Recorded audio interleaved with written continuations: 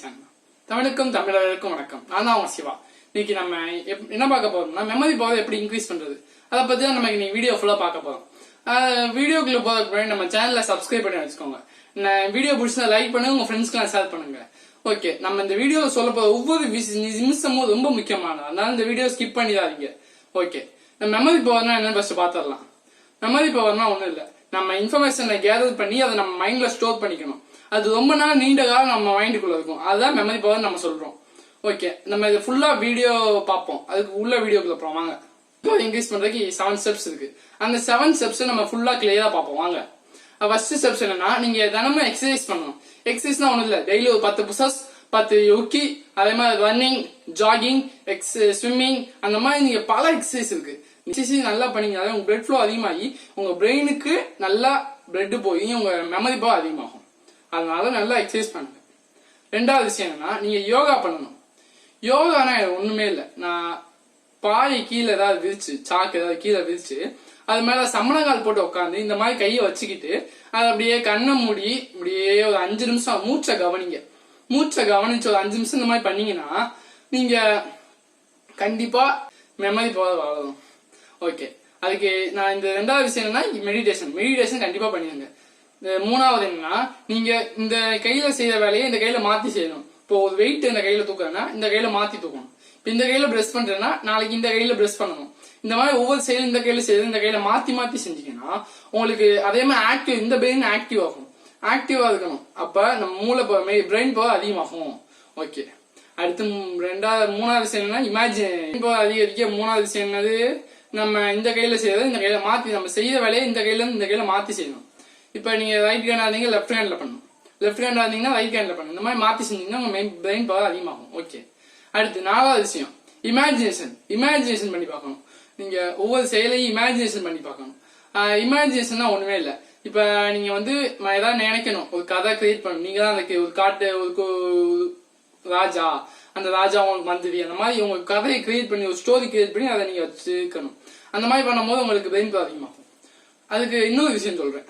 நீங்க ரோட்ல போகும்போது கையில பேக் வச்சிருக்காரு, அந்த பேக்கோட ஃபர்ஸ்ட் லெட்டர் பி, அப்ப அந்த அடுக்கு பேக் ஜி முடியுது, அப்ப கிளாஸ் எஸ்ல முடிக்க, அடுத்து எஸ்ல முடியுதுனால சன்னு. இப்போ ஒவ்வொரு வார்த்தையோட கடைசி லெட்டரை நீங்க அடுத்தடுத்து வார்த்தையை கிரியேட் பண்ணணும். அப்ப கிரியேட் பண்ணும்போது உங்களுக்கு இமேஜினேஷன் நல்லா ஒர்க் ஆகும். அதனால நம்ம பிரெயின் பவருக்கு இமேஜினேஷன் ரொம்ப யூஸ்ஃபுல்லா இருக்கும். சென்சஸ்னா கண்ணு, மூக்கு, வாய், காது, கைகள், இதெல்லாம் நம்ம சென்சஸ். இதை நம்ம யூஸ் பண்ணணும். நிறைய பேர் அதிகமா யூஸ் பண்ண மாட்டோம். அதுக்காண்டி என்ன பண்ணுங்க, கண்ணை கட்டிட்டு நீங்க எல்லா இடத்தையும் வீட்டுக்குள்ள சுத்தி பாருங்க. அப்போ உங்களுக்கு இந்த கை சென்ஸ் யூஸ் ஆகும். காதை பொத்திட்டு கேட்டீங்கன்னா அப்பா அம்மா பேசுறது கண்ணால பாப்போம், இவங்க இந்த பேசுறாங்கன்னு கவனிப்போம். ஓகேவா, புரியுதா? அந்த மாதிரி இந்த யூஸ் பண்ணுங்க.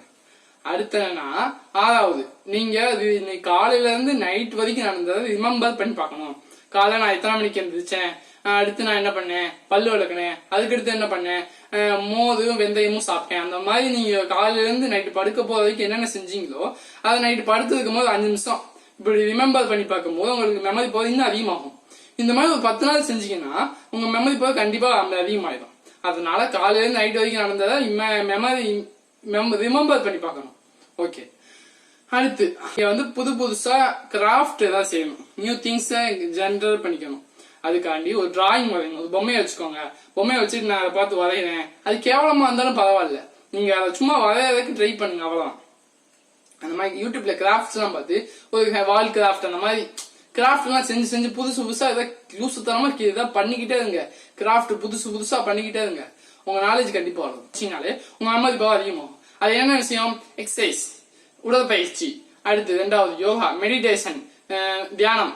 ஓகே, அடுத்து மூணாவது ரைட் ஹேண்ட் லெஃப்ட் ஹேண்ட், இந்த கையில செய்யறத இந்த கையில செய்யணும்.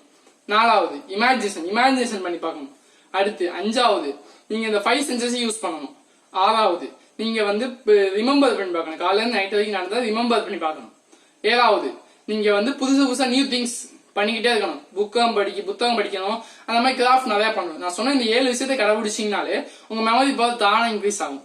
இந்த மாதிரி பல யூஸ்ஃபுல்லான விஷயம் நாங்க இனிமேல் போட்டுக்கிட்டே இருப்போம். அதுக்காண்டி என்ன பண்ணுங்க, வீடியோ மறக்காம சப்ஸ்கிரைப் பண்ணி வச்சுக்கோங்க. இந்த நான் சொன்ன விஷயங்கள்லாம் பிடிச்சிருந்தா உங்க லைக் பண்ணி வச்சுக்கோங்க, உங்க ஃப்ரெண்ட்ஸ்க்கெல்லாம் ஷேர் பண்ணுங்க. தேங்க்யூ. அடுத்து போடுற வீடியோவெல்லாம் பார்க்கணும்னு நினைச்சீங்கன்னா நான் சொன்னதை பண்ணுங்க. தேங்க்யூ, பாய். நன்றி, வணக்கம்.